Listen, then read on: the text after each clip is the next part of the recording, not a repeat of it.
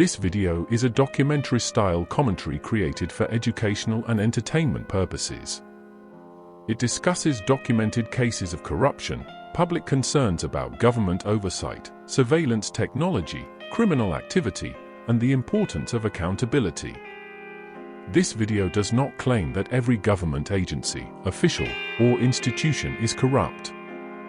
It examines historical patterns, documented events, and questions about power, money, and trust in society. Throughout history, one lesson has repeated itself. Power without accountability creates the opportunity for abuse. Every civilization, every government, every institution, every organization, they all face the same challenge. How do you prevent the people with power from becoming more powerful than the rules that are supposed to control them? Because corruption is not a new problem. It has existed in ancient empires. It has existed in governments. It has existed in businesses. And it has existed inside institutions created to protect the public. The question is not whether corruption exists. History has already answered that.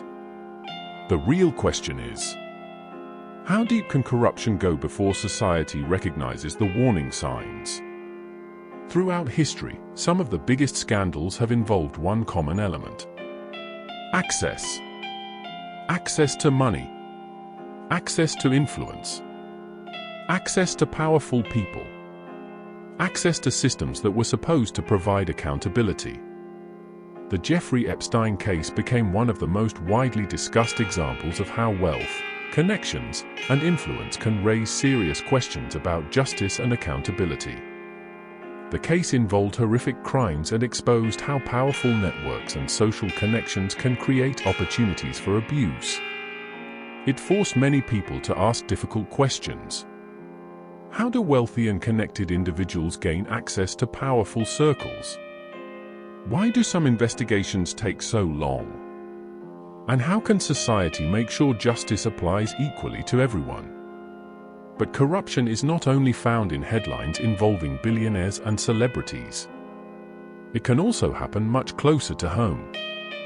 Across the United States, there have been documented cases involving local officials, law enforcement officers, judges, government employees, and contractors who have been convicted of crimes including bribery, fraud, abuse of authority, drug-related crimes, and other offenses.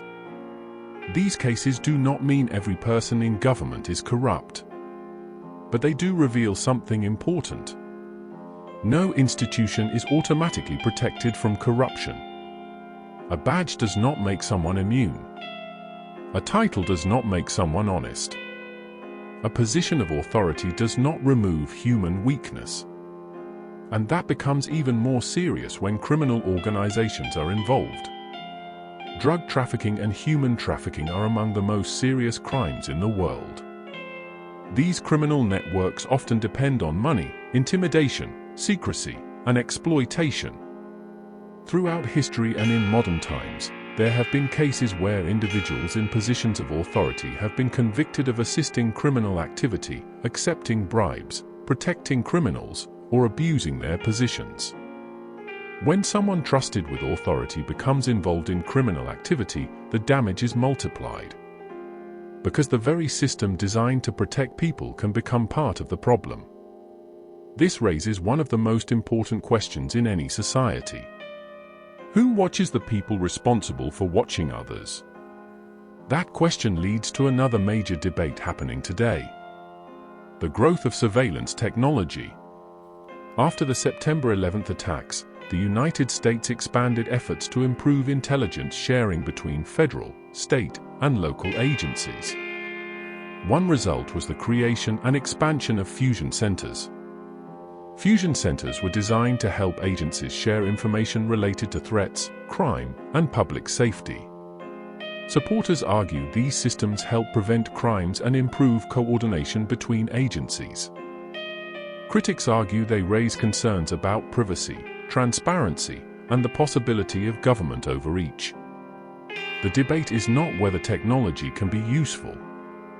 It clearly can. the debate is about limits. How much information should government agencies collect? Who has access to that information? How long is it stored?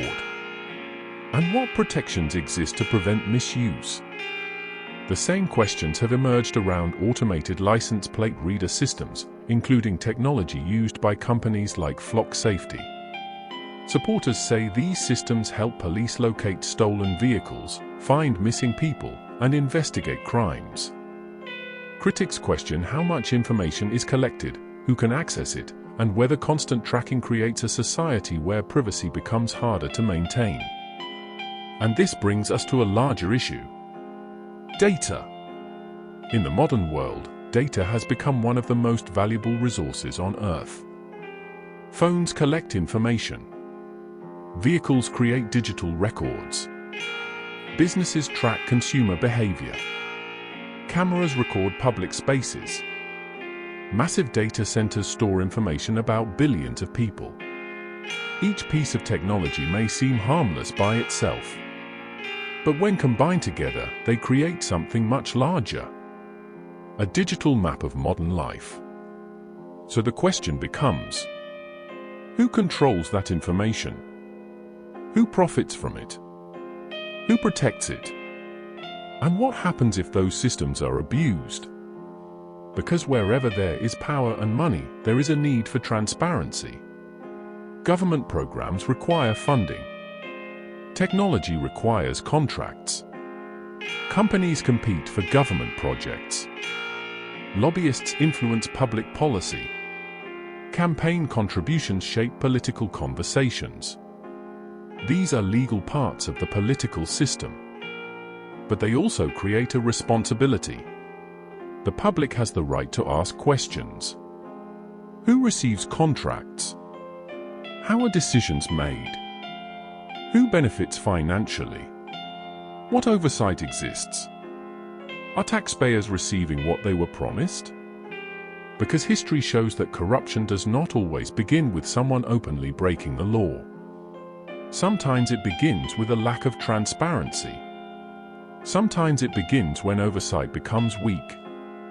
Sometimes it begins when people assume powerful institutions cannot fail. But history proves they can. The Roman Empire was one of the greatest civilizations in human history. It built roads, cities, armies, and a massive economy. But Rome did not collapse because of one single event. It faced economic problems, political instability, military pressure, and internal challenges. The lesson is not that every society is destined to collapse. The lesson is that no system is immune. The same principle applies to every civilization. Trust is the foundation. People trust money. They trust courts. They trust governments. They trust institutions. They trust that the rules apply equally. But when that trust begins to disappear, society becomes unstable. Because a civilization is not only built with buildings and technology. It is built with cooperation. It is built with belief. It is built with trust. And when people begin to believe the system protects the powerful while ignoring everyone else, that trust begins to break. The solution is not blind trust. And the solution is not blind suspicion. The solution is accountability, evidence, transparency, oversight. A society strong enough to question those in power. Because the greatest danger is not simply that people have power. The greatest danger is when power cannot be questioned. History leaves warnings. The question is whether we choose to learn from them. Because in the end, a free society is not protected by the absence of problems. It is protected by the willingness to confront them.